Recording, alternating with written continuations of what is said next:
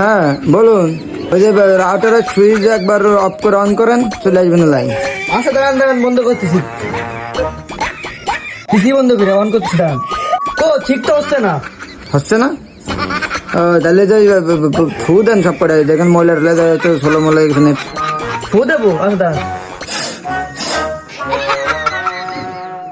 না, তাও তো ঠিক হচ্ছে না। ফু দিলে হচ্ছে না, মন্ত্র করে ফু দেন।